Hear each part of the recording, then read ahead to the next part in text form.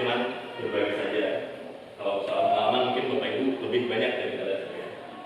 Nah, selanjutnya coba Bapak Ibu genggam kepalkan tangan Ibu, terus tanya di sebelahnya atau saling bertukar gitu ya. Misalkan Bu Petir ke Bu Heni. Ya, misalkan Bu Heni, Bu Nur, coba tangannya di kepala gini atau sebelahnya, terus mau nggak, bisa nggak membuka? Suruh buka gitu. Mau nggak? Suruh buka. Temennya suruh buka, mau nggak? Sana dirayu-rayu, coba dirayu-rayu. Kalau dibuka dikasih uang, kayak gitu. Atau kamu cantik, bisa nggak? Ibu kan cantik. Ya. Bu, kayak gitu. Buka bu. Gak mau ya? Lalu diiming-imingin kasih uang. Ya itu. Nah, gajinya dinaikkan Pak, gajinya dinaikkan. Lagi dibuka yang gitu dinaikkan. jadi Bapak Ibu, benar ya? Yang bisa membuka kepala tangan ini hanya diri kita sendiri. Kadang orang lain bisa mempengaruhi, tapi hanya sebentar ya. Terus selanjutnya mungkin nggak bisa lagi. Bahkan Pak Sur ditawarin, Pak Sur bukan nih bisa nikah nanti gitu kan, sudah dapat, ya kan? Jadi nggak mungkin dengan rayuan yang sama bisa lagi. Nah, jadi apa maksudnya? Nah, siapakah tadi yang sesungguhnya memegang kontrol, ya? Yang menutup kepala tangan atau yang berusaha membuka dengan segala cara kepala tangan dari rekannya? Tentu saja jawabannya adalah diri kita sendiri, ya, yang dapat membuka atau menutup. Nah, ini adalah sesuai dengan kebutuhan dasar pada saat itu. Selanjutnya, nah ini ada ilusi kontrol namanya, teori ya Bapak Ibu, teori. Nah, jadi ada ilusi mengatakan bahwa sebenarnya guru itu dapat mengontrol murid. Kalau mungkin untuk sesaat, ya murid ribut, kita tegur, berhenti. Nah itu kan mengontrol, tapi kan itu hanya ilusi. Gurunya pergi, ribut lagi. Nah kemudian ilusi bahwa semua penguatan positif itu efektif dan bermanfaat. Misalkan diberi hadiah, ayo siapa yang maju dapat nilai tambahan. Nah tapi itu hanya sementara ya, dia tidak memiliki motivasi dari sendiri dan itu hanya ilusi. Kemudian juga ilusi bahwa kritik itu dapat membuat orang merasa bersalah dan dapat menguatkan karakter. Kemudian juga ilusi bahwa orang dewasa itu memiliki hak untuk memaksa. Ini paling sering ya, saya pribadi. Kalau ada sepupu, ponakan yang kecil, seolah-olah kita tahu nih, karena kita sudah dewasa, sudah banyak mengalami. Jadi kita seolah-olah lebih tahu dari mereka, jadi memiliki hak untuk memaksa. Padahal mereka kan hidup memiliki potensi dan keinginannya masing-masing. Nah, jadi di sini ada dua teori Bapak Ibu. Ada teori stimulus respon, yang satunya adalah teori kontrol. Nah ini dua hal yang berbeda. Nah, jadi ini kita harus mengubah sedikit paradigma atau pandangan kita dari stimulus respon menjadi pendekatan dengan teori kontrol. Nah, jadi di sini ada perkataan orang, bila kita ingin membuat kemajuan perlahan sedikit-sedikit, itu kita mengubah sikap kita. Nah, tapi kalau kita ingin memperbaiki cara yang seluruh, itu kita perlu mengubah pandangan kita atau kerangka acuan kita. Ubahlah bagaimana kita melihat dunia, bagaimana kita berpikir tentang manusia, ya, mengubah paradigma Anda dan tentang penjelasan aspek-aspek tertentu. Nah, jadi kita harus belajar gitu. Siapa tahu memahami dengan berbagai pandangan. Nah, di sini ada dua teori Pak ya, stimulus respon dan teori kontrol. Kalau stimulus respon itu menganggap kebutuhan kita sama, kayak tadi kepalan tangan ya. Bapak Ibu, ada yang tawarin nih, Bu Made, buka tangannya. Nanti kalau buka tangannya, cepat dapat jodoh gitu. Nah, itu mungkin berlaku bagi Bu Made, tetapi ke Pak Eko nggak berlaku, ke Pak Suryadi nggak berlaku karena kebutuhannya berbeda, kayak gitu ya. Jadi setiap orang memiliki kebutuhan yang berbeda, ya. Kemudian kalau dalam kontrol, kita juga berusaha memahami pandangan orang lain tentang dunia. Semua perilaku kayak siswa nakal segala macam itu sebenarnya memiliki tujuan, ya. Cuma kita belum menanyakan. Nah, kemudian orang lain tidak bisa mengontrol kita, yang bisa mengontrol adalah hanyalah diri sendiri. Nah, ini adalah teori kontrol. Selanjutnya, Bapak Ibu mungkin sering dengar kata disiplin. Ya, ini disiplin adalah konsisten mungkin ya, konsisten melakukan sesuatu segala macam. Ya, benar ya. Di sini ada perkataan dari Ki Hajar Dewantara yang mengatakan bahwa di mana ada kemerdekaan, disitulah harus ada disiplin yang kuat. Sesungguhnya pun disiplin itu bersifat self disiplin yang kita sendiri sendiri yang mewajibkan kita dengan sekeras-kerasnya. Tetapi itu sama saja, sebab kalau kita dirasakan melakukan self disiplin, wajiblah menguasai mendisiplinkan diri sendiri dan peraturan dirinya itu haruslah ada dalam susunan yang mereka. Jadi intinya disiplin itu harus dipaksakan. Kalau kita nggak disiplin diri sendiri, mungkin orang lain yang akan mendisiplinkan kita. Nah, jadi disiplin menurut Hajar Dewantara itu lebih luas lagi ya. Jadi memang harus benar-benar untuk mencapai manusia yang merdeka, orang itu harus disiplin kayak gitu. Nah, selanjutnya motivasi perilaku.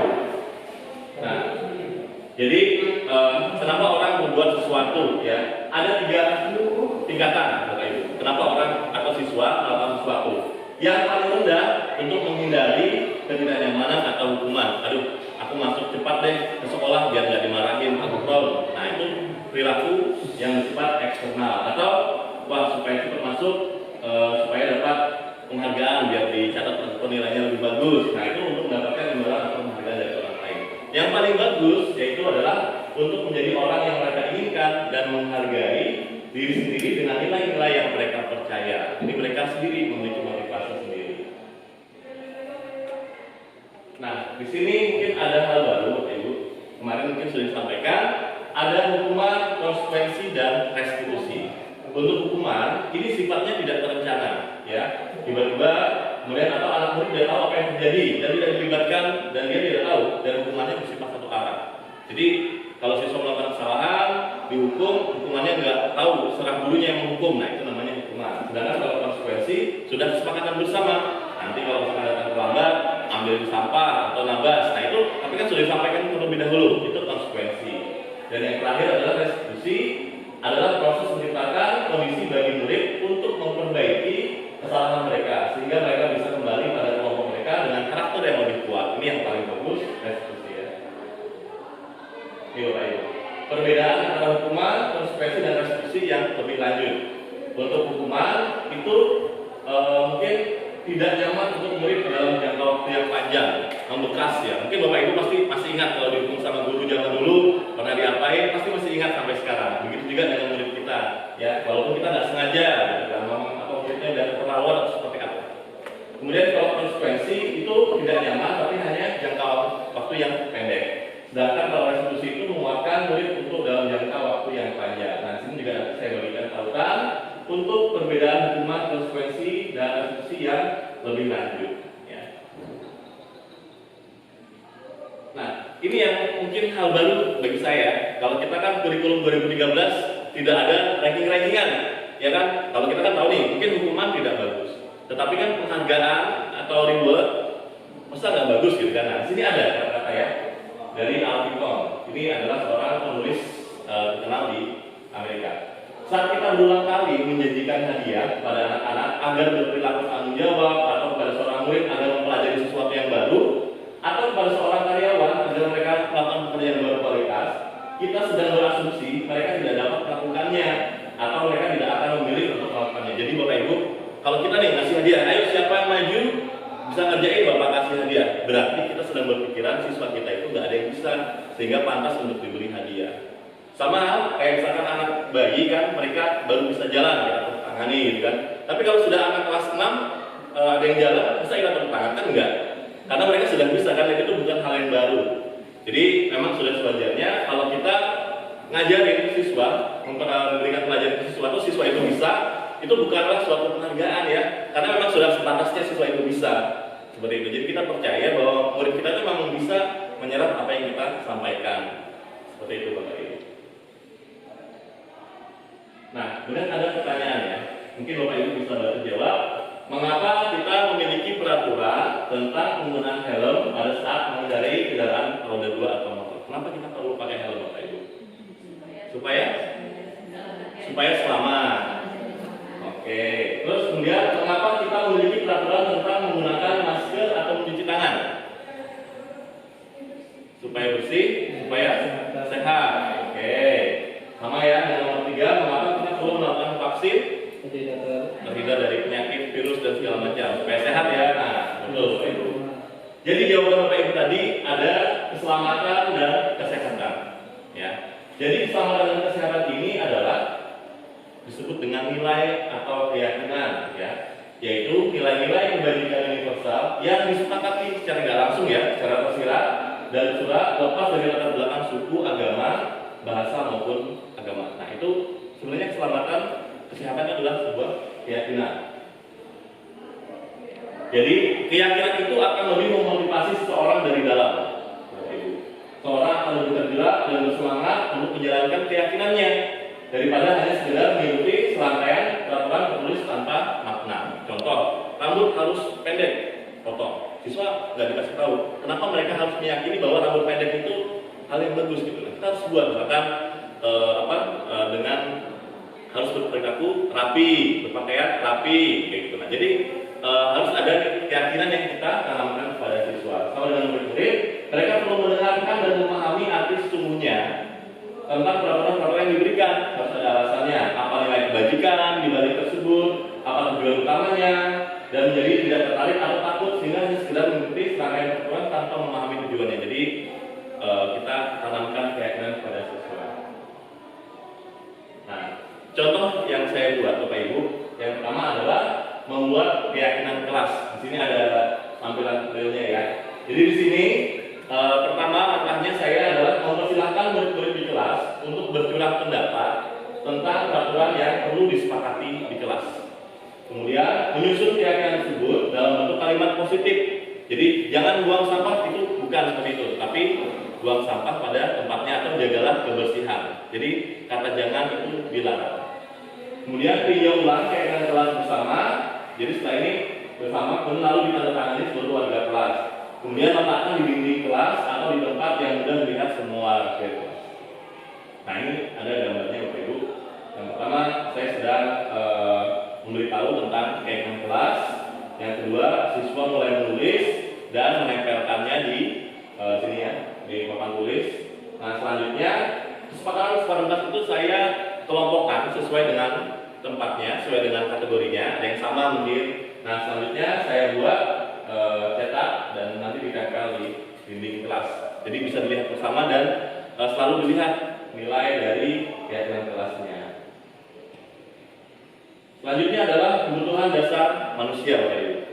Semua orang itu senantiasa berusaha untuk memenuhi kebutuhannya dengan berbagai cara, baik atau buruk ya.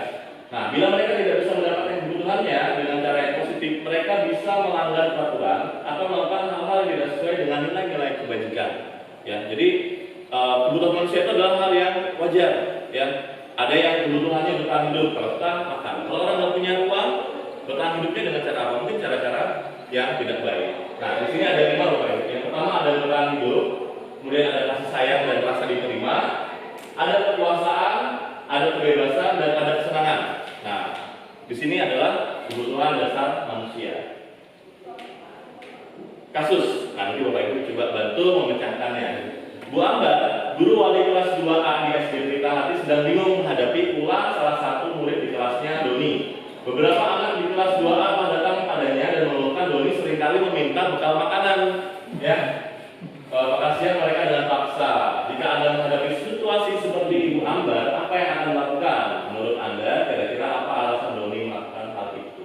Mungkin kita pertama panggil dulu ya kan, muridnya ditanyain kenapa kamu ngambil bekal makan siang. Nah, kalau jawaban dari Doni adalah ia lapar dan orang tuanya tidak membawakannya bekal makan siang, maka kebutuhan dasarnya apa Bapak Ibu? Karena dia lapar, nggak ada makanan. Dari 5 kebutuhan tadi, kira-kira kebutuhannya apa? Bertahan hidup, benar Bapak Ibu. Kebutuhan bertahan hidup. Kalau jawabannya karena dia merasa senang dan temannya memperhatikan dia, maka kebutuhan dasar yang sedang ingin dipenuhi Doni adalah perlunya kasih sayang dan rasa diterima oleh temannya.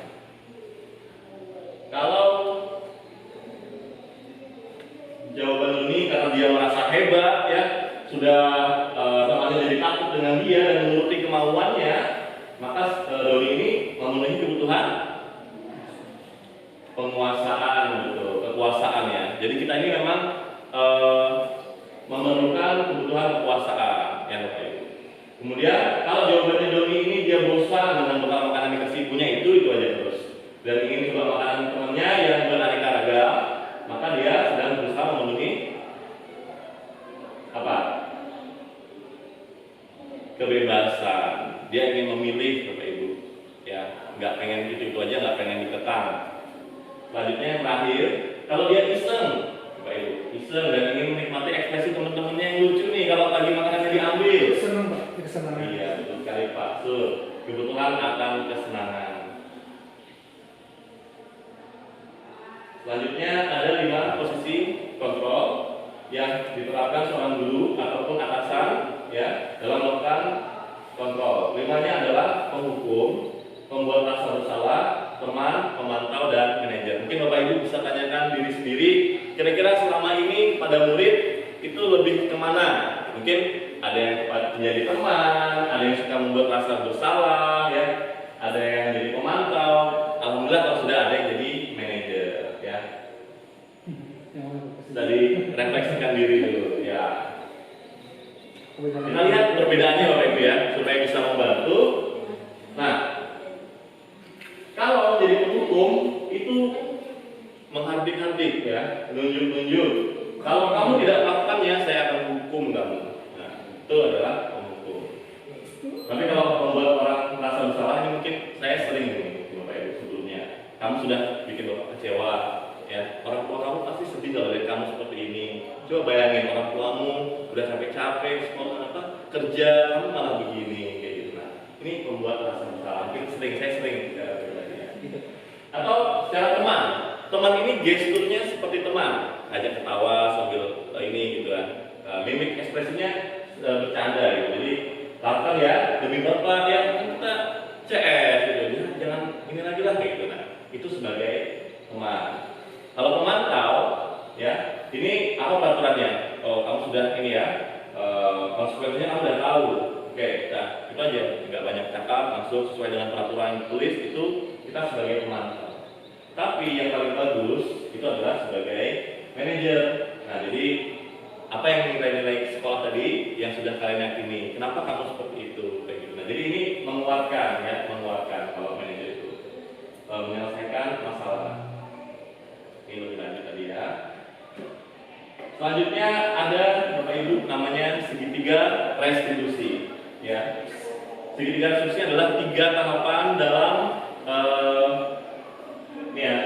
Jadi kalau langkahnya yang pertama adalah menstabilkan identitas. Jadi kalau siswa itu mereka melakukan kesalahan, udah nggak apa-apa. Semua orang pernah melakukan salah gitu ya. Kita akan melakukan hal terbaik untuk menyelesaikan masalah ini. Nah, jadi itu supaya mereka tidak labil, stabil emosinya. Jadi mereka mau berbicara jujur pada kita. Selanjutnya baru kita validasi tindakan yang salah tadi. Benar nggak tadi siswanya kamu ngapain gitu kan? Nah, dan kita harus meyakini bahwa semua perilaku memiliki alasan kenapa harus dilakukan berdasarkan kebutuhannya tadi.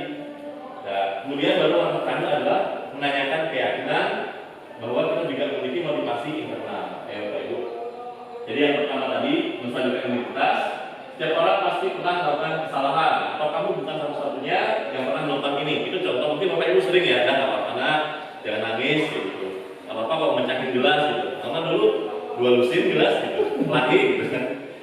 Dan selanjutnya validasi tindakan yang salah. Kamu tentu punya alasan mengapa melakukan hal itu. Kemudian adakah cara yang efektif untuk mendapatkan apa yang kamu butuhkan. Baru yang terakhir, kira-kira kelas apa yang telah kita sepakati dan kamu ingin jadi orang seperti apa. Jadi segitiga restitusi ini dapat diterapkan ke semuanya, ke suami, ke istri, gitu kan. Coba kalau misalkan kita Pak Islam sebagai suami kan sering dimarahin istri ya. Harusnya istri kita melakukan restitusi kepada kita. Bapak kenapa seperti ini gitu ya. Gitu.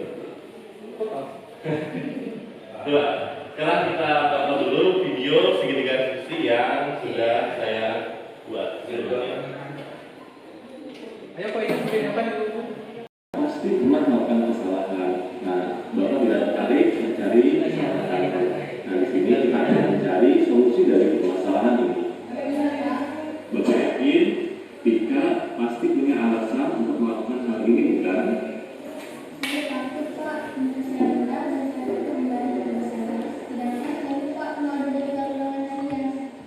Baik, Bapak paham sekarang. Tujuan kamu sudah sangat baik, tetapi untuk mencapai hasil yang baik itu juga harus melakukan proses yang baik juga. Iya Pak. Tika masih ingat tidak tentang kegiatan kelas yang sudah kita sepakati bersama? Masih, Pak. Kira-kira menurut kamu kegiatan kelas mana yang masih belum kamu lakukan? Kejujuran, Pak. Saya masih belum yakin dengan kemampuan saya sendiri sampai saya membuat contekan. Menurut Tika, jujur itu penting tidak? Terutama jujur dalam melakukan ujian. Penting, Pak. Ketika saya mengerjakan ujian dengan jujur, saya maka seluruh yang saya dapatkan dengan jujur, saya tahu kemampuan diri saya sampai di mana.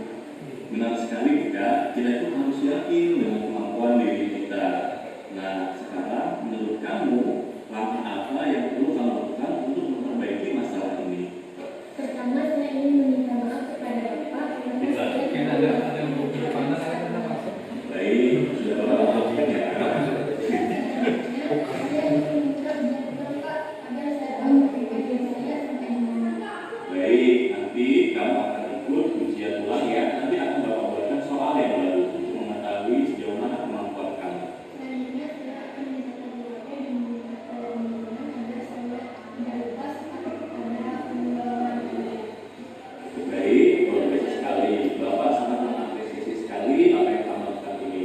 Kamu pasti akan menjadi orang yang hebat karena pelajaran jujur dan rajin lagi. Terima kasih banyak, Pak. Sama-sama nak. Menurut saya, cara guru menegur saya begitu sangat baik dan timbul rasa untuk memperbaiki diri saya sendiri ke depannya. Nah, jadi nggak sesuai. Jadi wow. Nah, lihat ini jadi yang tersangka. Bapak lihat, benar ya?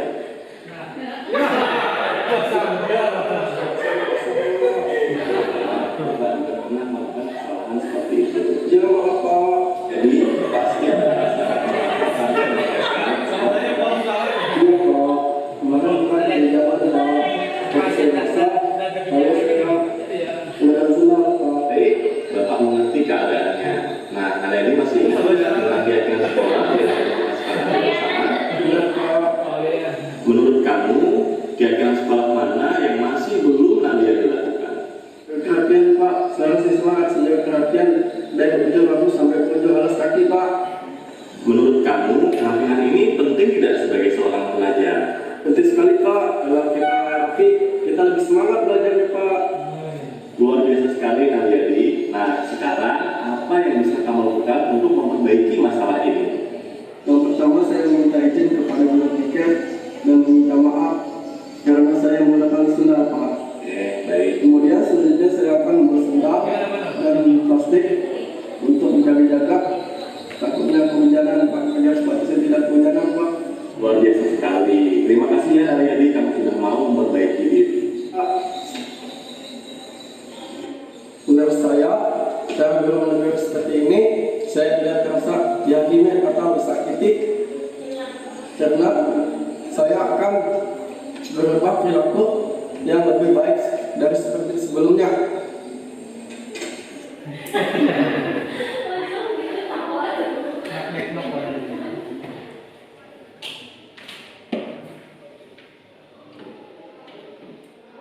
Baik, Bapak Ibu, itu tadi adalah segitiga restitusi yang saya contohkan kemarin sesuai dengan tugas. Ya, jadi tadi Bapak seperti Bapak lihat, kita memvalidasi tindakan yang salah, menstabilkan identitas, dan menanyakan keyakinan agar siswa itu mau jujur. Ya, jadi kan tadi Nalyadi dia pakai sandal ke sekolah. Kenapa katanya? Gak apa-apa, kata saya kan itu normal. Bapak juga dulu sering kok melakukan kesalahan gitu. Dan akhirnya dia mau cerita, katanya kebasahan waktu hujan. Dan akhirnya ada solusi dari dirinya sendiri, yaitu membawa plastik atau membawa sandal dan sepatu. Jadi ketika pas hujan, sepatunya bisa dimasukkan ke dalam sandal. Jadi dengan restitusi itu kita bisa mengembalikan identitas orang gagal ya ke dalam orang yang dirinya lagi yang bisa bersama dengan lingkungannya. Baik Bapak Ibu, mungkin sedikit tadi dari saya untuk refleksi diri. Saya minta mungkin beberapa atau siapa yang mau, ini masih belum diganti ya Bapak Ibu, saya ganti ya, mirip sama yang PMM kemarin. Kira-kira apa yang Bapak Ibu dapatkan bisa disampaikan. Bu Made mungkin refleksi dirinya, kira-kira apa yang Ibu dapatkan dari sesi berbagi ini gitu? Ada hal positif nggak yang bisa Ibu dapatkan? Yang saya dapatkan mungkin kalau ketika anak-anak melakukan kesalahan itu tidak langsung dimarahi, ditanyakan dulu kesalahannya apa. Betul ya, jadi tadi anak-anak nakal atau apapun juga, mereka pasti memiliki alasan ya, ada kebutuhan, apakah kebutuhan akan rasa pemilikan dan segala macam, kebebasan dan segala macam. Nah, jadi ada siswa berkelahi, kenapa dia bertahan hidup kalau nggak ini dipukulin terus, tindas terus kan seperti itu, atau kebebasan atau penguasaan karena ingin jadi memiliki penguasaan, nah itu. Kemudian Bapak Ibu, refleksi yang kedua, kira-kira tindakan apa selanjutnya yang mungkin Bapak Ibu bisa jalankan? Mungkin Bu Putir mau refleksikan sedikit. Kira-kira setelah sesi berbagi ini Ibu mau apa seperti itu? Atau mencari lebih lanjut atau gimana?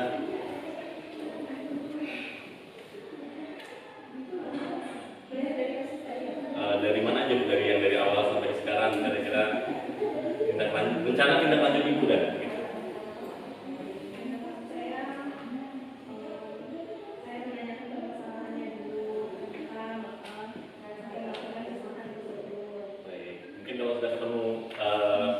Dari siswa ya, tapi jangan dicari-cari masalah siswa biar dia masalahnya muncul sendiri.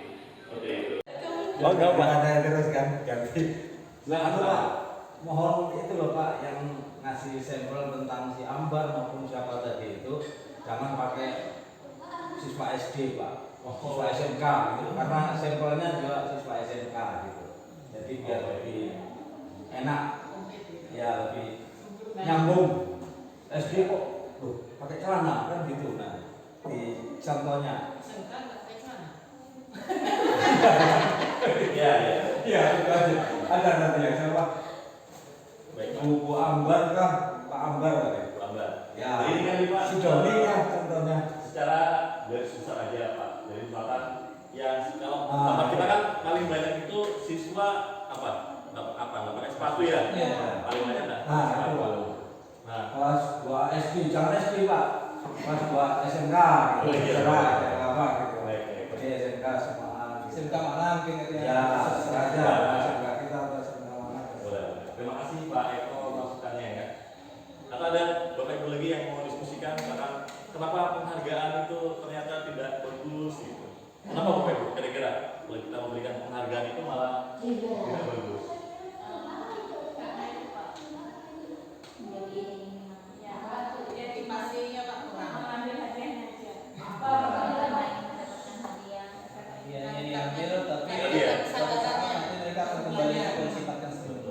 Mereka menjadi tidak kreatif. Jadi Bapak Ibu sedikit cerita, saya dulu tes PNS 2018 gagal ya, gagalnya di TKP. Mungkin Bapak Ibu yang lain yang pernah ikut mungkin sama ya. TKP-nya nilainya kurang, rendah. Kenapa? Karena saya menjadi sok pahlawan, sok bisa. Ada pertanyaan. Anda adalah guru, adalah karyawan baru. Terus Anda melihat rekan kerja Anda itu tidak mengerjakan tugas, malah ngobrol dengan temannya. Nah, sikap Anda akan pilihannya melaporkan atasan, menegur secara langsung, membiarkan saja. Nah, kira-kira jawabannya apa? Yang benar membiarkan aja, karena bukan tupoksi kita menegur atau melakukan atasan seperti itu. Atau sama, ada karyawan baru di tempat Anda, ada adalah senior. Nah, dia terlihat kesusahan mengerjakan tugas yang diberikan bos, gitu ya. Apa yang harus Anda lakukan?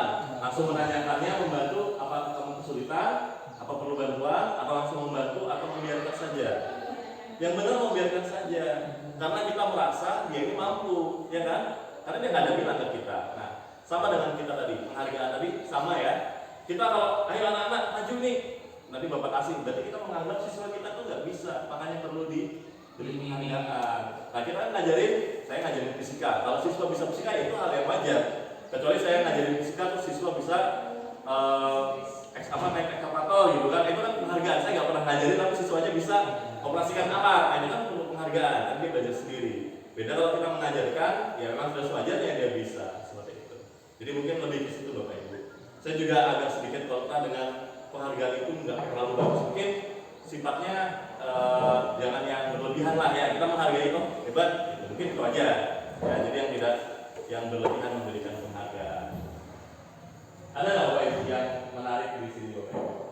Itu Pak jadi yang hukuman apa gitu kita tuh biasanya udah hukuman apa itu kan seharusnya jangan hukuman terus itu kan. Iya betul. Ada yang jadi manajer ya. Tapi ada kemarin saya dengar ya, orang zaman dulu itu keras-keras kepada anaknya dan berhasil gitu. Terkadang kita Pak. Kenapa Bapak Ibu? Kita di belakang itu. Kenapa Bapak Ibu?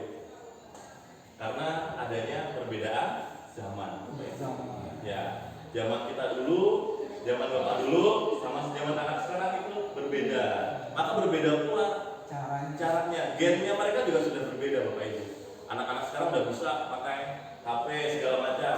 Saya sendiri ini termasuk bisa ya. Tapi kalau TikTok segala macam tuh, ini gimana bikin film begini, gimana nambahin musiknya gimana, nggak bisa juga saya Bapak Ibu. Kalah sama yang anak SMP, SD seperti itu. Jadi memang zamannya berbeda. Mungkin ada satu hal, dua hal, orang zaman dulu itu disiplinnya luar biasa, segala macam mereka ya. Mereka bangun pagi segala macam itu belajar, terus mereka juga kerjasama, mungkin ada kelompok belajar. Sekarang kita lihat siswa kita nggak ada lagi kelompok belajarnya, ya kan? Ya malah kelompok mabar main game adanya. Nah jadi beda. Tapi main game itu juga bisa jadi uang zaman sekarang ini. Zaman dulu enggak. Nah jadi memang ada perbedaan zaman. Iya, dulu nggak apa-apa, dulu mukul malah sampai rumah dipukul lagi sama orang tuanya. Nah, di sini ditegur aja bilangnya dipukul guru. Wah, datang sudah sekampung. Iya, jadi memang ini tujuannya untuk menjadikan manusia yang merdeka ya. Karena kita ini kan guru menciptakan masyarakat, calon-calon masyarakat, murid-murid kita ini calon-calon masyarakat. Ada calon kepala desa, ada calon ketua DPR, dan kita ini menyiapkan mereka memiliki budaya masyarakat yang baik sesuai dengan tujuan bangsa. Pengennya seperti itu Bapak Ibu ya. Jadi ini kan hal baru, mungkin Bapak Ibu ada sedikit ambil perlahan lah kita belajar bareng-bareng gitu ya. Kalau memang masih belum seret untuk diambil ya nggak apa-apa, sambil cari lagi info lebih lanjut seperti itu. Jadi nggak langsung kita ubah ya Bapak Ibu, nggak apa-apa. Ada lagi Bapak Ibu yang mau disampaikan?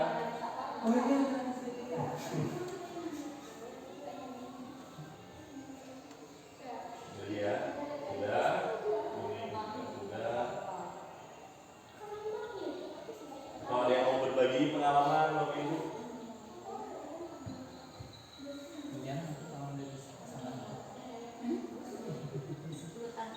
Kalau Bapak Ibu yang sudah memiliki anak bagaimana ini ya. Nah, restitusi tadi ini umum ya, bisa diterapkan dalam rumah tangga pun bisa gitu ya. Misalkan suami Pak Sur gitu kan nungguin istri Pak Sur, istri Pak Sur atau produknya mana? Istri Pak Sur nemu uang gitu kan di saku 300.000 gitu kan. Uang apa ini Pak Sur? Uang sial ya Pak Sur. Sudah saya sembunyikan, masih ketemu juga. Uang sial namanya. Jadi memang suami memang kadang-kadang suka menyembunyikan kalau dapat uang ya. Saya pribadi. Siapa tahu kita. Nah, pasti kan kenapa suami nyimpan uang? Pasti ada alasannya, Bapak Ibu. Ibu-ibu ya, dengar ya. Kenapa suami nyimpan uang? Siapa tahu ada mendadak atau dia ingin memenuhi 5 kebutuhan tadi. Misalkan dia ingin memenuhi kebutuhan rasa senangnya, pengen beli kunjun baru, pengen beli pancing baru. Nah, jadi kan kebutuhan manusia berbeda-beda. Padahal sudah ibu ajak jalan-jalan itu dia nggak senang-senang gitu kan. Ternyata kebutuhan kesenangannya bukan jalan-jalan, tapi mancing. Gitu. Nah, jadi kan kebutuhan tiap orang itu kan berbeda-beda, Bapak Ibu. Jadi kita nggak bisa memaksakan diajak jalan langsung senang suaminya enggak gitu. Ya, ya kan Bapak Ibu. Kita sama-sama belajar aja. Jadi restitusi itu menguatkan dalam jalan aja. Kemudian masalah akan terpecahkan dengan baik, Bapak Ibu. Itu restitusi tadi. Oke, ada lagi Bapak Ibu yang menarik untuk dibahas?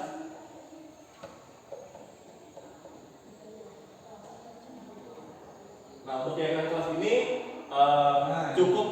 Ini kan karena keyakinan kelas, jadi satu kelas ini kan sudah nih kelas 10 sudah saya buat. Sudah saya buat dan ini anggapannya sudah sama Bapak Ibu bisa menerapkannya ya. Ini saya coba lihatkan nanti ditempel. Share di grup. Biar masing-masing oleh kelas nanti bisa. Nah, ini kemarin kelas 10 secara pribadi Bapak Ibu ya. Saya cuma menambahin aja. Saya cuma menambahin yang bagian akhir Bapak Ibu. Yang kami senantiasa mengaktifkan suara HP saat pembelajaran berlangsung. Nah, cuma ini aja saya tambahin. Sisanya ini memang dari siswa Bapak Ibu. Jadi di sini mereka ingin menghargai dan menghormati antar sesama, ya tanpa memandang suku, ya gender, agama, ras, kemudian juga dia selalu akan menjaga kebersihan. Jadi ini kalau misalkan kotor, Bapak Ibu jangan marahin, langsung ingatkan aja. Coba ingat tentang kesepakatan kelas kalian apa menjaga kebersihan. Nah, jadi dia kembali lagi motivasinya menguat lagi Bapak Ibu. Seperti itu. Kemudian ya senantiasa berpakaian rapi, menaati tata tertib sekolah dan kesepakatan kelas, termasuk rambut, baju dan segala macam. Kembalikan aja ke sini Bapak Ibu. Tegur kalau misalkan mereka ada apa, langsung kembalikan aja ke sini. Nanti ditempel. Kemudian kami akan selalu datang tepat waktu. Untuk kelas 10 alhamdulillah saya lihat nggak pernah terlambat Bapak Ibu ya. Ilmiah. Oh iya. Nah, nanti kan di restitusi ditanyain, nggak apa-apa terlambat, Bapak juga dulu pernah terlambat. Kira-kira kenapa kamu terlambat? Kan ada alasannya. Melandau.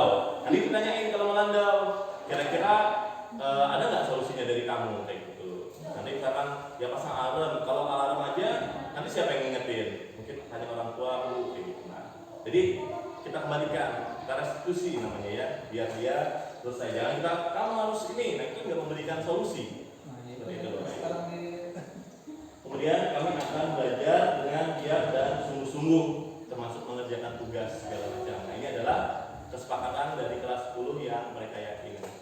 Nah, jadi ini udah bareng aja nggak apa-apa Bapak Ibu, kita bareng-bareng aja. Semoga siswa kita bisa menjalankan dan jadi masyarakat yang baik selanjutnya. Pak bisa itu setiap kelas kan Pak? Setiap Ya, berarti nanti mungkin yang belum kelas 11 nanti mau siapa nih mau coba bikin kayak kelasnya siapa tahu beda. Nah ini kan tinggal diketik aja. Ini contohnya nih kemarin kalian memiliki kesepakatan seperti apa gitu kan. Kalau di sekolah di kota kan kadang-kadang ada pembulian nih. Nah, makanya di sini ada menghargai antar sesama segala macam. Mungkin nanti Bapak Ibu silahkan dicoba di kelasnya masing-masing di kelas. Kalau di kelasnya kan ya kelas 11A silahkan dicoba, 11B1 silahkan dicoba, WLIS kelas 12 silahkan dicoba apa-apa. Jadi bukan peraturan ya, tetapi keyakinan atau kesepakatan bersama. Jadi sederhana aja Bapak Ibu. Nanti kalau mau mencetak, kalau apa nanti kita bantu bikin desain Bapak Ibu. Dan kesepakatan kelas ini gak usah terlalu banyak. 5 atau 6 udah paling banyak itu aja, nggak usah yang sampai 20. Itu kita menghafalnya juga susah ya. Misalnya kan kamu di jalan, coba ingat keyakinan kelas kamu apa? Menjaga kebersihan Pak. Nah itu sekarang ini kotor sekolahan gimana? Untuk dasar tadi sudah pas Bapak Ibu ya. Kita harus menanyakan dulu kebutuhan mereka apa yang tidak terpenuhi. Nanti mungkin kita bisa salurkan. Misalkan mereka senang menjahili, karena apa kebutuhan rasa senangnya nggak ada gitu, akhirnya kita sediain lapangan voli, main voli, itu kan tersalurkan dengan hal yang positif. Misalkan merokok atau seperti apa pasti ada alasannya mereka merokok. Apakah ikut-ikutan dengan temannya, atau pengen coba-coba, seperti apa itu pasti aku senang Pak merokok kayak gitu. Coba ada hal lain nggak selain merokok di sekolah kayak gitu kan, yang dilakukan, atau di sekolah kayak gini. Nah itu kan pasti ada kebutuhan yang mereka harus dapatkan.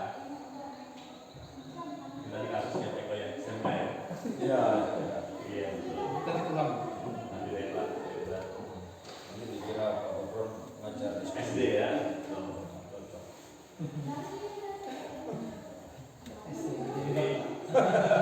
Ini saya wanti-wanti dari malam jangan sampai salah ngomong dari malam. Ini sudah ya, kita diharapkan untuk bagusnya menjadi manajer. Karena di sini kita motivasinya memberikan memang secara eksternal ya. Kalau hukum, pembuat proses bersalah, teman, pemantau itu eksternal masih bukan dari dirinya. Nggak apa-apa. Mungkin kita bertahap dari penghukum, terus langsung ke teman pemantau, langsung ke manajer. Seperti itu ya. Si tepatnya di PO Pembuat rasa bersalah. Nah, itu Mas. Iya, saya juga sering ke situ Pak. Coba bayangin orang tua kamu susah-susah gitu kan. Nah, sekolah itu susah, harus sekolah lebih susah lagi ngurangin ya kan. Nah, jadi kalau menghukum pasti menjadi siswa nanti penendam mereka ya, penendam. Terus kalau membuat rasa bersalah itu membuat siswa menyembunyikan atau menyangkal atau berbohong. Nah, kalau menjadi teman, mereka tergantungan sama kita. Oh, ada Pak Eko, nggak apa-apa nanti dibela Pak Eko. Besok Pak Ekonya nggak ada, bingung, karena nggak ada temannya yang sekolah yang membela dia gitu kan. Terus kalau manajer ini menguatkan watak karakter. Nah, kalau yang pemantau tadi itu dia kalau diawasi baru dia bajunya masuk segala macam. Nah, kalau manajer dia dari dirinya sendiri seperti itu. Baik.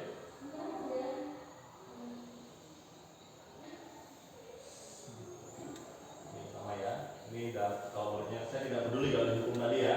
Terus dampaknya mengulangi kesalahan berulang kali dan jadi lebih agresif lagi kalau dihukum. Tapi kalau jadi manajer, muridnya berkata, bagaimana ya caranya agar saya bisa memperbaiki keadaan ini? Siswa pasti pengen menyelesaikan keadaannya. Saya akan memperbaiki masalah ini dengan apa? Nah, itu kalau kita memposisikan diri kita sebagai manajer. Nah, dampaknya pada murid itu mengevaluasi diri dan bagaimana menjadi diri yang lebih baik daripada saat ini. Itu kalau kita sebagai manajer ya, Bapak Ibu. Dan kaitannya dengan dunia, murid itu akan mengatakan dirinya sebagai individu yang positif dalam dunia yang berkualitas. Jadi kita cari solusinya intinya dan solusi itu terbit dari diri siswanya sendiri. Itu kita hanya memancing. Kita direvisi Bapak Ibu ya. Oke, sudah Bapak Ibu. Terima kasih Bapak Ibu sudah berbagi, memberikan masukan dan segala macam. Semoga berkah untuk kita. Terima kasih Pak. Sudah ini Bu Eris mau foto sebentar aja. Tapi belum ya.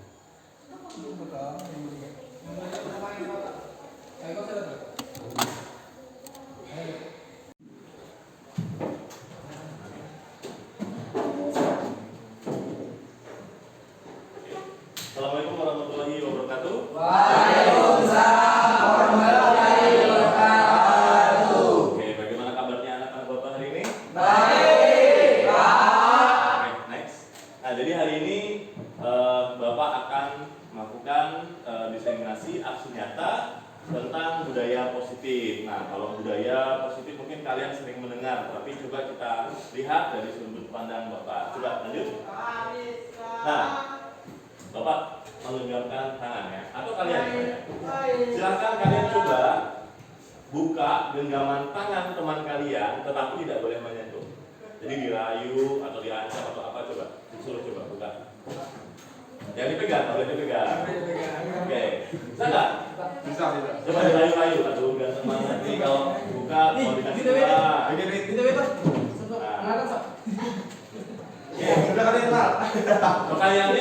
Pertanyaannya nah sekarang, bisa nggak kalian membuka genggaman tangan orang lain?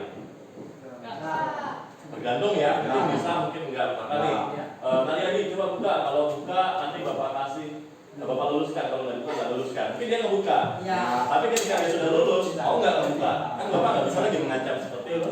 Ya. Gitu ya. Jadi mungkin kadang berhasil, tapi kadang sekali. Artinya apa? Coba lanjut. Lanjut.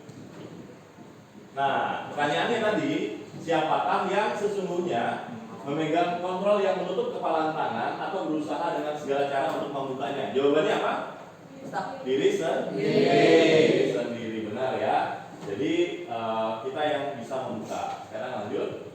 Jadi apa hubungannya? Nah, ini ada yang namanya ilusi kontrol. Nah, jadi ini pembelajaran ya. Jadi Bapak ini belajar tentang guru penggerak, belajar bagaimana sudut pandang dari murid. Karena kalau kurikulum merdeka, kalian kan kurikulum 2013 ya. Kalau kurikulum merdeka itu sekarang sudah supaya murid itu bahagia gimana caranya. Sayang sekali kalian udah lulus ya. Iya. Atau mau balik ke kelas 1 lagi boleh. Jangan, Pak. Nah, jadi ada ilusi kontrol yang mengatakan bahwa guru itu dapat mengontrol murid. Misalkan Bapak pengennya kalian seperti ini, bisa nggak? Sebenarnya itu hanya ilusi. Kalau Bapak bilang, tolong ya, diam semua ya. Kalau pas Bapak nggak ada, nanti duduk lagi. Ya.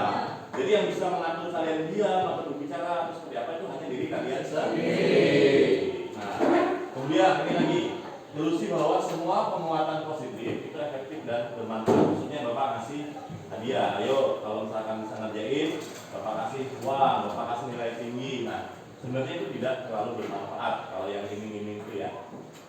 Selanjutnya, ilusi bahwa kritik itu dapat membuat orang merasa bersalah dan dapat menguatkan karakter, itu juga ilusi. Nah, ini yang paling sering ya, ilusi bahwa orang dewasa memiliki hak untuk memaksa. Ini mungkin yang sering kalian rasakan ya kan. Kadang-kadang di rumah, ayo cepat ini, kamu ini masih, mama sih udah tua, misalkan gitu, tahu segalanya. Ya mungkin Bapak kan pernah juga merasakan seperti itu. Seolah-olah bahwa orang tua itu tahu segalanya, ya kan? Padahal kita itu hidup di zaman yang berbeda. Orang tua kita zaman dulu mungkin pendidikannya nggak seperti ini, teknologi nggak seperti ini. Ya, zaman Bapak dulu, orang tua Bapak itu nggak punya kertas, nggak punya buku. Jadi kalau tulis itu masih di batu, pakai kapur. Kalau tulis pelajaran itu dihapus. Nah itu kalau pelajaran zaman dulu.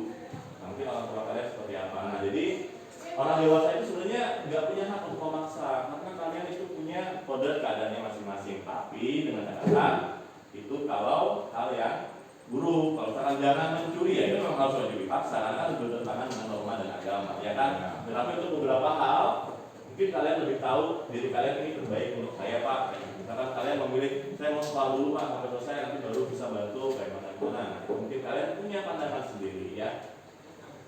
Dan ini berlaku juga kalau kalian sudah dewasa nanti, sudah punya anak, kalian juga sama ya, kalian juga sudah dipaksa-paksa sama orang tua. Berarti kalau kalian jadi orang tua juga jangan memaksa. Nah, gitu ya. Coba lanjut.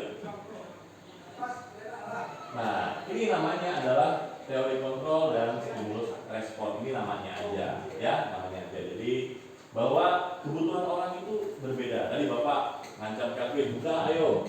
Nanti kalau nilainya Bapak tinggikan, Bapak luluskan. Tapi kalau ketika dia udah lulus, beda lagi kan kebutuhannya. Ya. Mungkin Bapak kalau mengancamnya, nanti kalau misalkan kamu mau buka dengan tangan, Bapak kasih kerjaan, nanti dia mau membuka. Jadi beda lagi kan. Ya. Setiap orang itu memiliki kebutuhan yang berbeda. Oke, lanjut. Sekarang tentang disiplin. Kalian pasti sering dengar ya, murid harus disiplin. Nah, menurut kalian disiplin itu gimana? Baju dimasukkan, boleh. Ya. Jadi disiplin itu gini ya. Ini katanya ini siapa? Ada yang kenal? Ki Hajar Dewan Bapak Pendidikan Nasional. Ya. Yang slogannya sering kalian dengar, Tuturi Handayani. Baru satu. Yang lengkapnya Ing Ngarso, Sum Tulodo, Ing Madio, Mangun Karso, Tuturi Handayani. Selanjutnya ada di bawah. Nah jadi gini, coba dibaca. Siapa ini? Di mana ada kemerdekaan, di situ harus ada disiplin yang kuat. Sungguh pun disiplin itu bersifat ini, yaitu kita sendiri yang mewajibkan kita dengan sekeras-kerasnya. Tetapi itu sama saja, sebab jika kalau kita tidak cakap melakukan disiplin, wajib menguasai disiplin diri kita, dan peraturan demikian itulah harus ada di dalam suasana yang merdeka. Betul banget. Jadi intinya untuk menjadi manusia yang merdeka, manusia yang dapat hidup di sendiri-sendiri, yang dapat sukses, kita harus menjadi orang yang disiplin. Coba kamu lihat orang sukses, bersawit segala macam, nggak mungkin dia ada disiplin. Gimana dia supaya sawitnya bagus, dia rajin, mupuk, rajin membersihkan segala macam. Kalau yang nggak disiplin nggak mungkin. YouTuber terkenal, gamer, mereka pasti latihan terus segala macam, ya kan? Nah, pasti ada disiplin di situ, dan disiplin itu halnya wajib kalau kita ingin jadi manusia yang merdeka. Ya, kalau kita nggak disiplin, pasti orang lain yang akan mendisiplinkan. Contoh tadi baju, kalau baju nggak dimasukkan, pasti ada guru yang menegur kalau dimasukkan, atau teman yang menegur. Jadi disiplin itu memang harus keras pada diri kita, ya. Lanjut.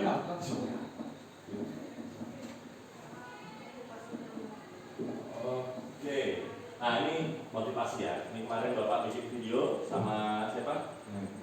Ya, saya ya. Nah, jadi setiap orang melakukan sesuatu, Bapak yakin pasti ada alasannya, ya. Hal yang bolos lah, lah, kalian rokok lah, ya, kalian pakai sandal segala macam, pasti ada alasannya, ya. Jadi kita tidak harus menghakimi terlebih dahulu. Ini sama kayak cara pacaran juga. Kenapa nggak hubungin aku? Iya.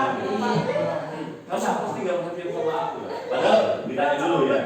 Pasti ada alasannya. Bisa jadi kuotanya habis, atau lagi bahas orang tua kerja, atau gimana. Kayak gitu. Kalian harus perhatian dulu. Nah, jadi perilaku ini untuk menghindari kenyamanan. Nah, ini tingkatannya ya. Kalau kita berperilaku misalnya di sekolah, ya, ini tingkatannya. Yang paling rendah itu kalian belajar, misalnya kalian belajar. Kenapa kalian belajar? Untuk menghindari ketidaknyamanan atau dihukum, supaya nggak dihukum kontrol.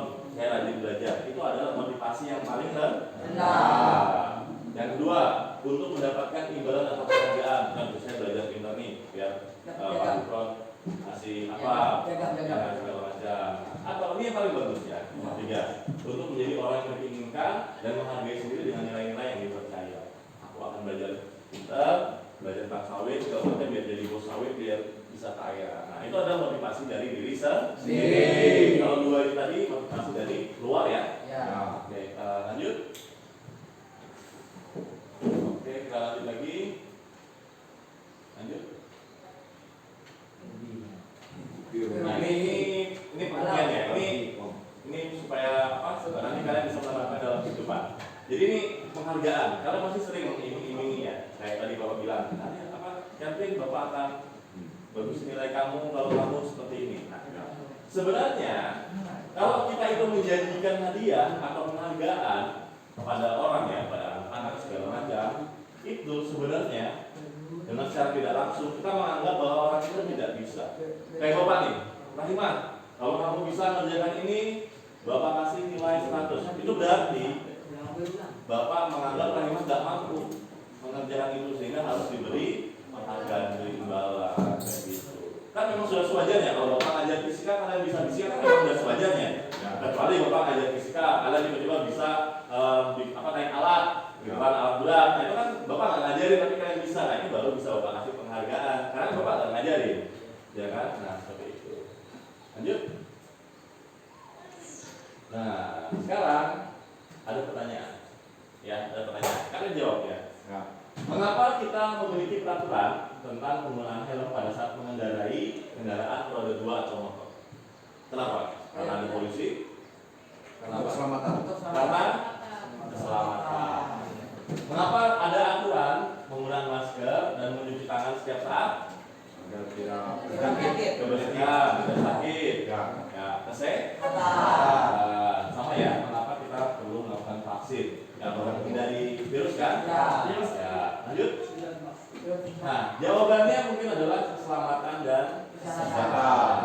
Oke, lanjut lagi. Nah, jadi keselamatan atau kesehatan inilah yang disebut dengan suatu keyakinan. Kita yakin kan kalau pakai helm ini akan mengurangi dampak kita berbahaya ketika mengendarai sepeda motor atau pakai masker. Walaupun kan itu sudah takdirnya ya. Ya kan, kita pakai masker masih bisa sakit atau tidak pakai masker kayak gitu. Nah, jadi ini adalah nilai-nilai yang kita percayai seperti itu. Nah, jadi nanti hari ini kita akan bikin keyakinan atau nilai-nilai yang kita sepakati dalam kelas 12A. Nanti kalian akan tulis keyakinannya seperti apa. Lanjut. Nah, jadi dengan adanya keyakinan yang tertulis itu akan lebih memotivasi kalian. Kayak Bapak nih sering-sering, tolong ya rambutnya dirapikan gitu. Tapi mungkin hanya angin lalu saja.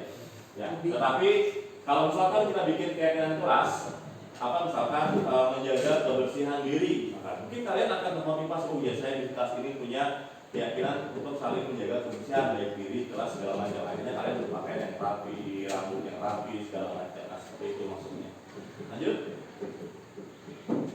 Nah, ini nanti kita akan buat ini ya, membuat keyakinan kelas. Nah, oke, lanjut dulu.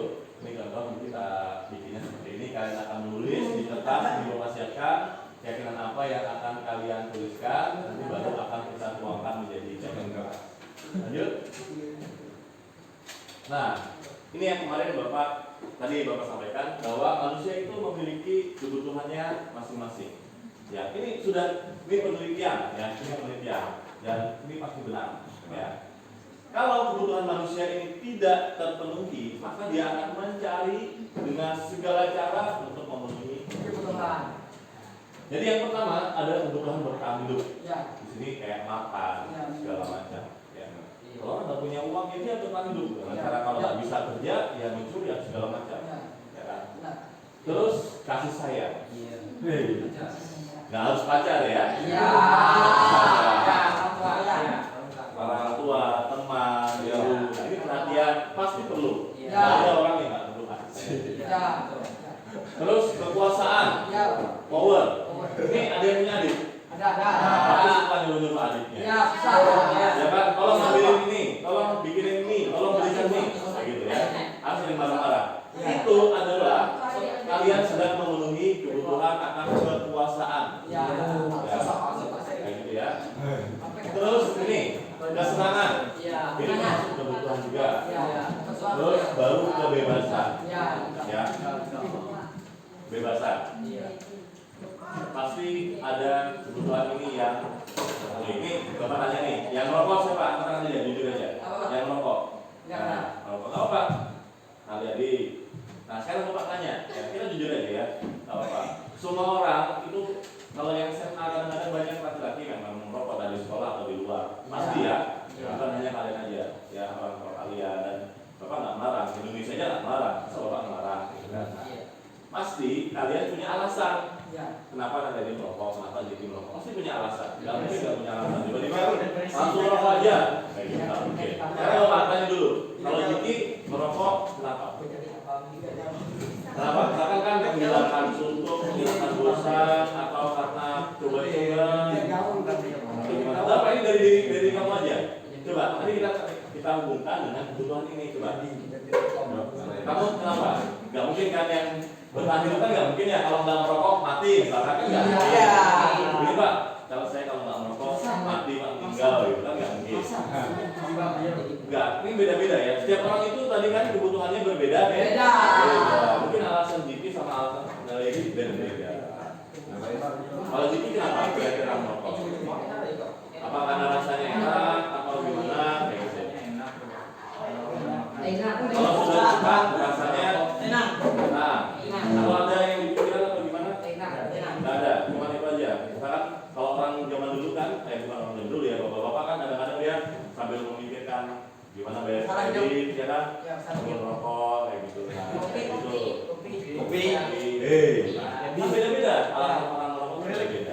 Kalau Naliadi, kenapa? Biar berpikir.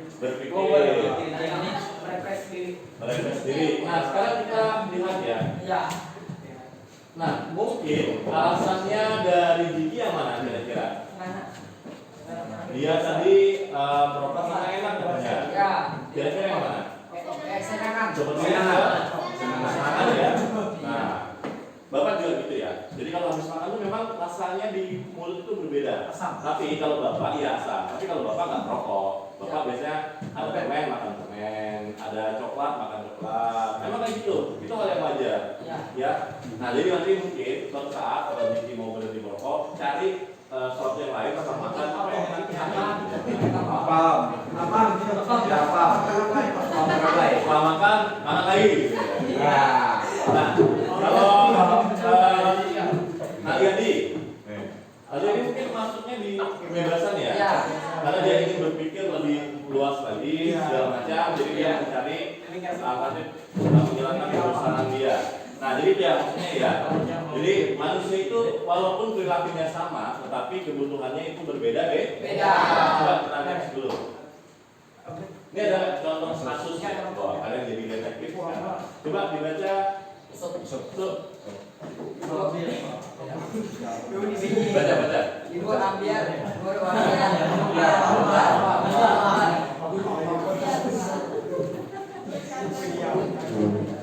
Ibu ambar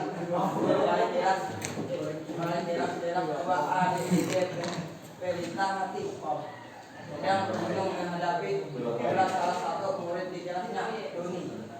Dikira doa tidak datang kepadanya dan mengingatkan Doni yang mengingkari meminta bekal masih tidak dengan paksa.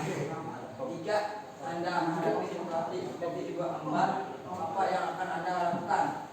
Menurut Anda kira-kira apa alasan Doni yang melakukan Iya betul. Ini ada anak yang suka ngambil bekal temannya. Ya saya. Ya kan? Pasti ada alasan. Lanjut. Kalau lanjut dulu kali. Kalau jawabannya Doni karena dia lapar, karena orang tuanya nggak bawain bekal, maka kira-kira dia kebutuhan apa yang dia ingin penuhi? Bertahan. Hidup. Coba betul ya jawabannya? Salah. Lanjut. Iya benar ya. Coba untuk bertahan. Lanjut. Kalau jawabannya karena dia merasa senang, temannya memperhatikan dia, maka kebutuhan yang dipenuhi apa? Kekuasaan. Berpuasa. Memperhatikan dia. Kesenangan. Kesayangan. Kesenangan. Rasa kita kasih sayang dan rasa kita double. Misalnya kalau kita namanya saling berharap.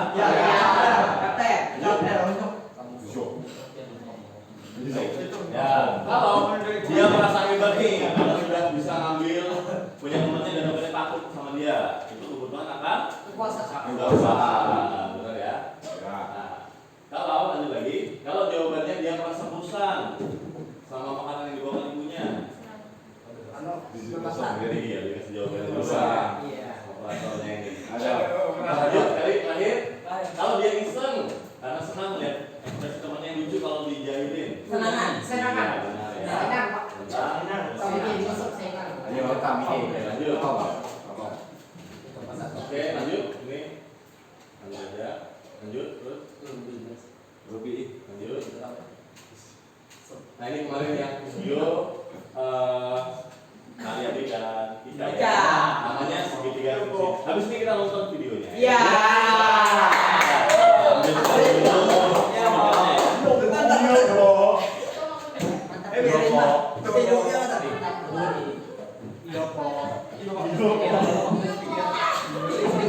Sudah pada lihat videonya? Bu, dengan pasir kuning. Nggak pernah lihat. Nggak pernah Pak. Coba Pak. Proposalnya dengan pasir kuning. Dengan pasir kuning. Dengan pasir kuning.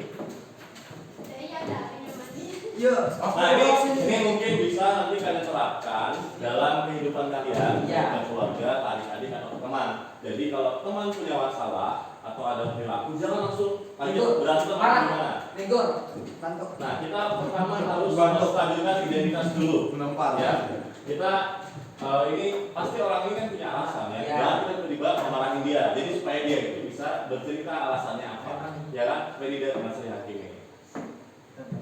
Selanjutnya baru kita tanya, benar nggak tadi tindakannya? Setelah itu kita tanyakan gimana penyelesaian dari masalah itu. Ya. Jadi ya, jadi itu. Coba next. Oke, siap? Ya Pak. Jadi sekali. Ya Pak. Hijau. Kasus. Terima kasih. Salam. Ya. Ada Pak sama Pak tetap ya Pak. Sudah tinggal apa Pak? Pudin Pak, pudin aja kan. Iya Pak. Baik aja sendiri. Tuh, Pak Putri. Ya. Ya, Pak.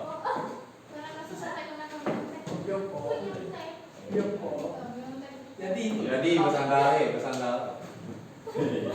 bersandar kok. Bisa nih Pak. Ayo. Oke.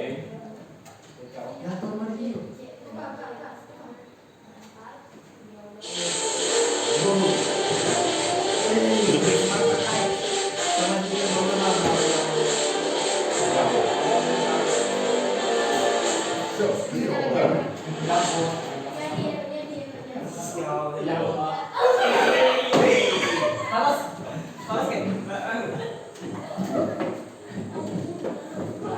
Saya kedengaran Pak. Oh iya. Siap.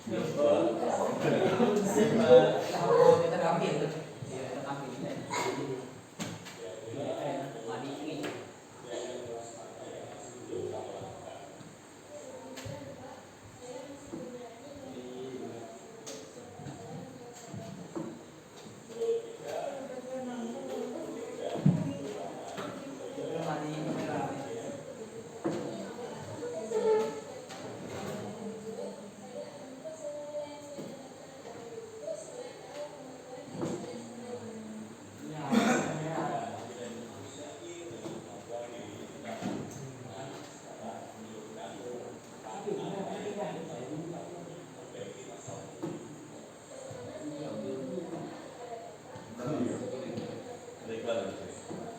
Nah, ini.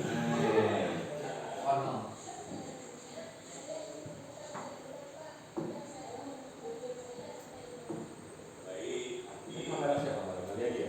Punya bapak. Ya. Siapa yang bapak? Malu sendiri, bayar sendiri.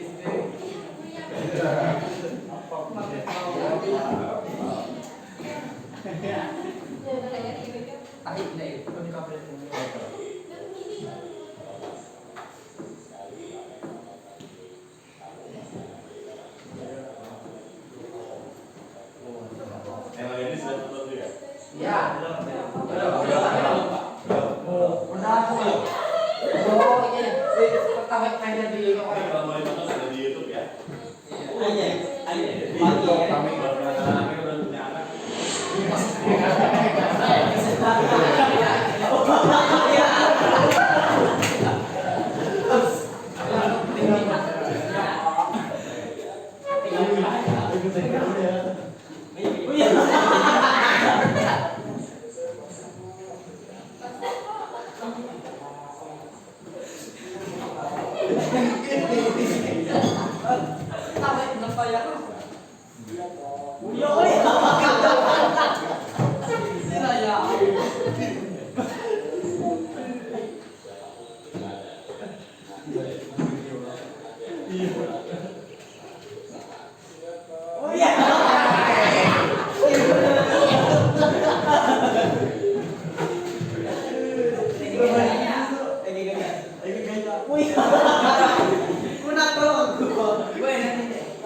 Barang jom pahit lah.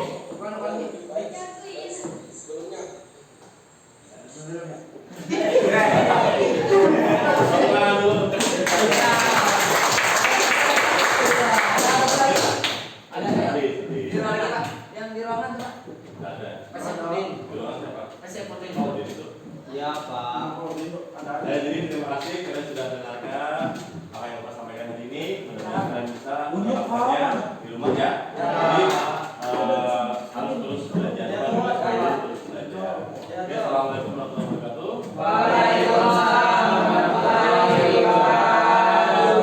Nah, sekarang kita akan buat keyakinan kelas ya.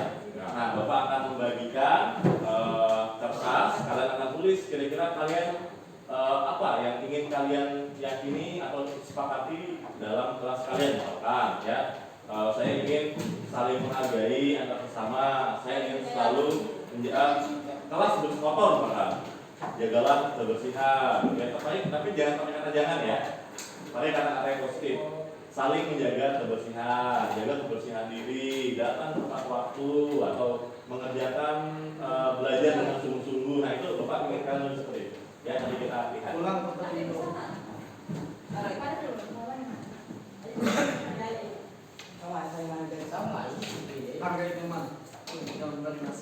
Ada dokumen kan? Ada.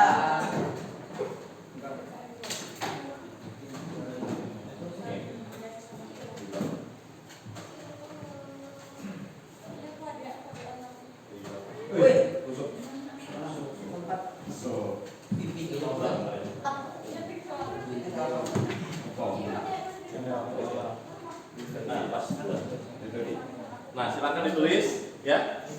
Nanti kalau sudah kita tempel di depan. Gak usah ditulis namanya ya. Pak yang putih ini ditulis apa? Hah? Yang warna. Ya, warnanya. Walaupun licin nggak apa.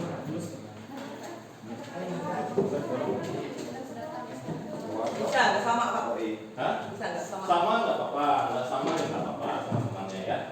Kalian ingin kelas kalian seperti apa? Kalian ingin satuannya yang mana?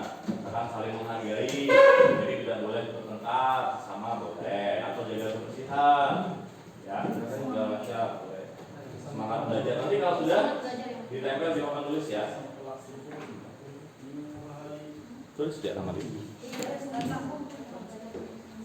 Itu habis lah.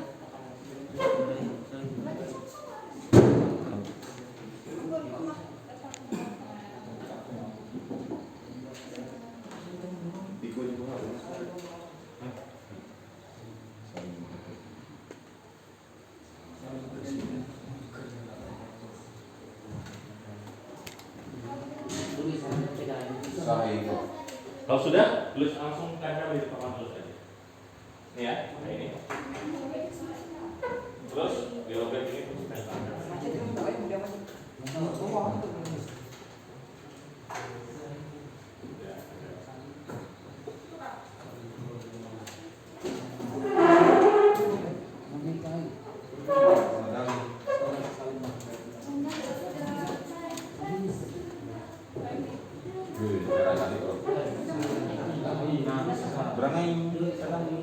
Oh, bisa dua Pak.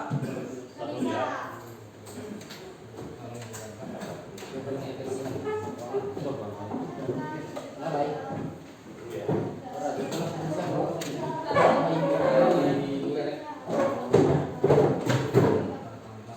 Kurang pindah.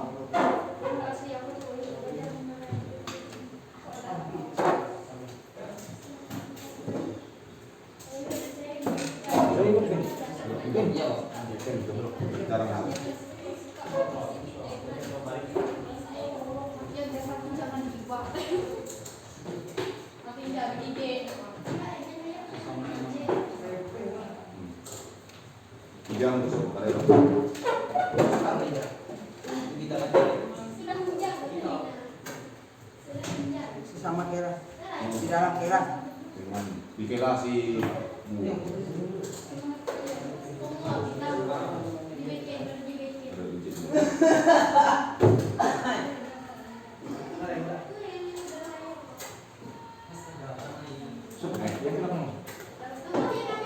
Ada benar salah ya, tulis aja nggak apa-apa. Habis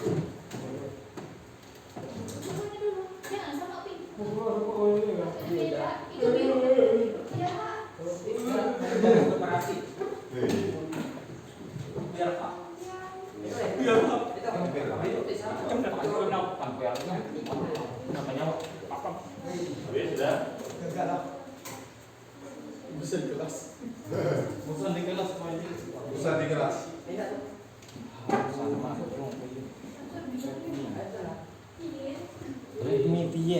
Kalau mandi bapak susun juga. Tahu barang aja. Nanti bapak susun. Barang aja. Nanti bapak susun ulang itu. Bikin hitung gak Ini bapak susun ulang kita. Nah, oke, silakan duduk ya. Ini bapak bacakan. Yang pertama adalah belajar dengan sungguh-sungguh. Kemudian semangat dalam belajar. Saling menjaga kebersihan kelas. Ini Pak, pindah yang beda ya. Saling menghargai satu sama lain, saling peduli satu sama lain, saling menghargai teman. Ini datang tepat waktu sama dengan yang sini, Bapak. Nah, biar semangat. Saling menghargai teman. Oke, di sini ya, temennya. Semangat untuk belajar. Ini. Saling tolong menolong. Ini mungkin sama dengan saling menghargai ya. Ya. Saling menghargai dan tolong menolong. Saling menghargai teman di kelas. Sama. Bagus nih. Saling menghargai satu sama lain. Kemudian, oke, berarti ada 4 nih. Kurang lebihnya ada 4 ya. Nah, nih. Jadi Bapak bacakan ya. Yang pertama adalah belajar sungguh-sungguh, semangat dalam belajar dan semangat untuk belajar. Kira-kira kalian kelas 12A setuju nggak dengan nilai keyakinan ini? Setuju. Ya. Bagus nggak untuk diri sendiri kalau semangat belajar itu? Bagus. Dan ingat, kalau kalian nggak bisa matematika, bukan berarti kalian karena kan setiap orang memiliki kodratnya masing-masing. Ada yang suka menggambar, ya udah nggak apa-apa, matematika juga nggak apa-apa pakai di tempat gambar. Ya kan? Ada yang nanti bakal jadi bos sawit, nah mungkin harus belajar matematika sedikit biar nggak dibohongin orang waktu nimbang atau mau lahan segala macam. Jadi pelajari apa yang kalian suka dan kalian butuhkan, ya. Jadi jangan minder kalau saya nilai fisika jelek nggak apa-apa, mungkin bahasa Indonesia bagus, agama bagus, segala macam. Jadi setuju ya, ini ya.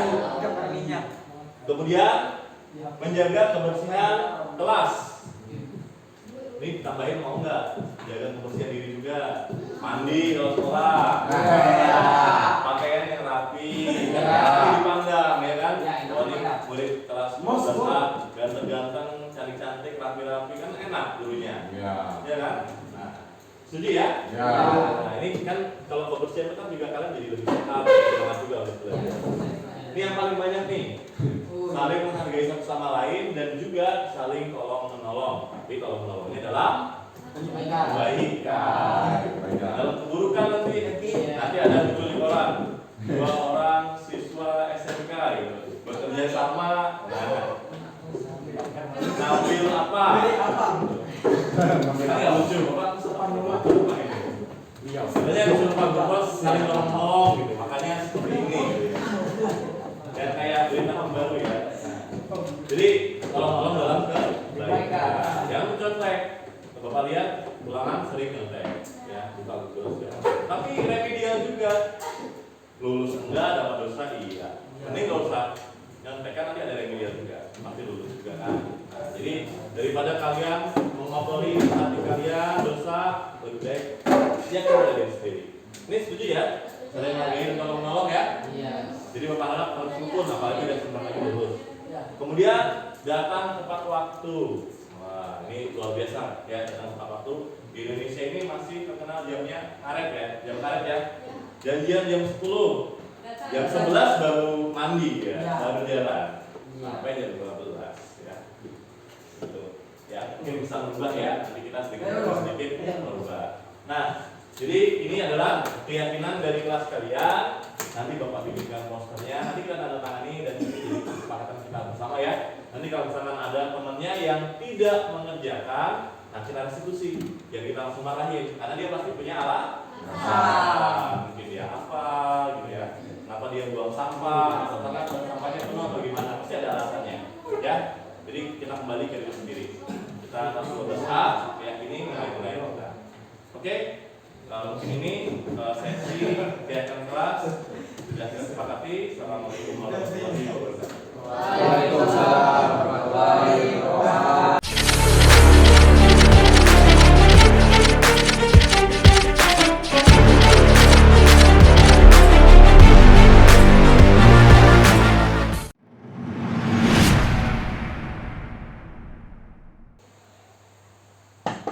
Assalamualaikum Pak. Waalaikumsalam. Silahkan masuk, Tika. Selamat siang Pak. Selamat siang. Baik, ada apa ya Pak? Tadi Bapak lihat saat ulangan kamu tidak terlihat seperti biasanya ya. Kamu agak tidak fokus dan sepertinya kamu lihat ke kiri dan ke kanan secara terus-menerus. Mohon maaf Pak, saya lupa ada jadwal ulangan harian dan saya tidak belajar, akhirnya saya menyontek. Baik, tidak mengapa. Semua orang pasti pernah melakukan kesalahan. Nah, Bapak tidak tertarik mencari kesalahan kamu. Nah, di sini kita akan mencari solusi dari permasalahan ini. Iya Pak. Bapak yakin Tika pasti punya alasan untuk melakukan hal ini, bukan? Saya takut Pak, nilai saya rendah dan saya takut dimarahi ibu saya. Sedangkan saya lupa kalau ada jadwal ulangan harian. Baik, Bapak paham sekarang. Tujuan kamu sudah sangat baik, tetapi untuk mencapai hasil yang baik, kita juga harus melakukan proses yang baik juga. Iya Pak. Tika, masih ingat tidak tentang keyakinan kelas yang sudah kita sepakati bersama? Masih Pak.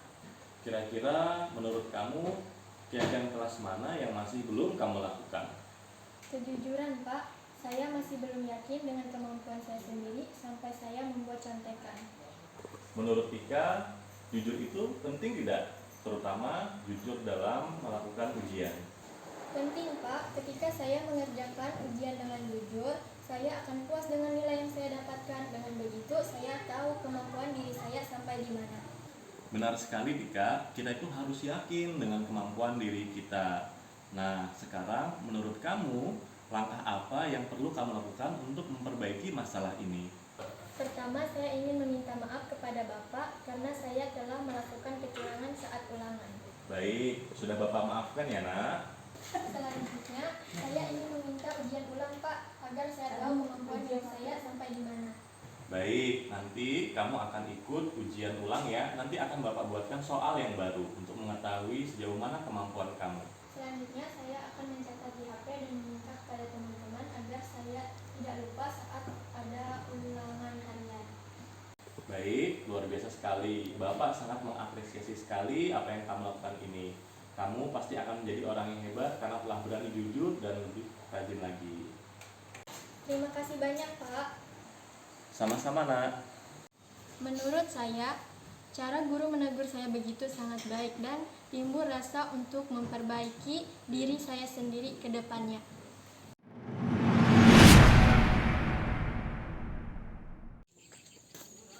Nalyadi, kamu mau kemana? Mau ke perpustakaan, Pak. Oke, bagus sekali. Bapak lihat, hari ini kamu pakai sandal ya?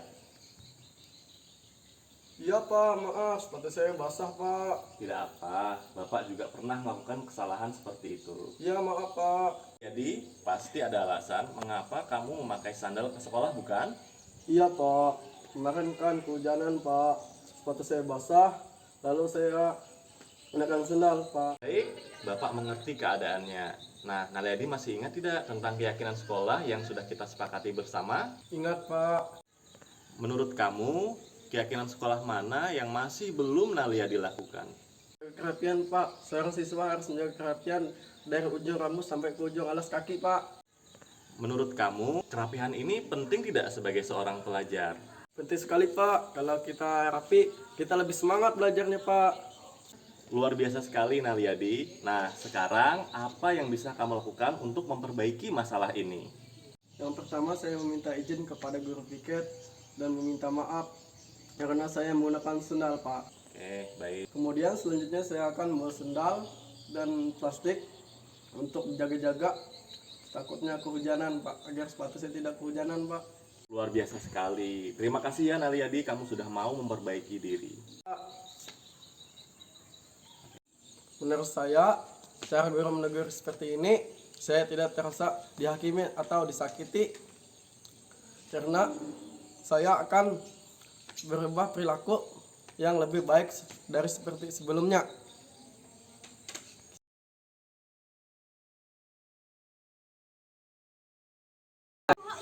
Saya senang dengan adanya kesepakatan di kelas. Saya sangat senang dengan adanya kesepakatan kelas, kami jadi lebih kompak. Semoga dengan adanya kesepakatan kelas ini, kegiatan belajar mengajar menjadi lebih baik lagi. Apa yang disampaikan tadi, saya sangat senang dan gembira. Tunggu ya. Bapak stop.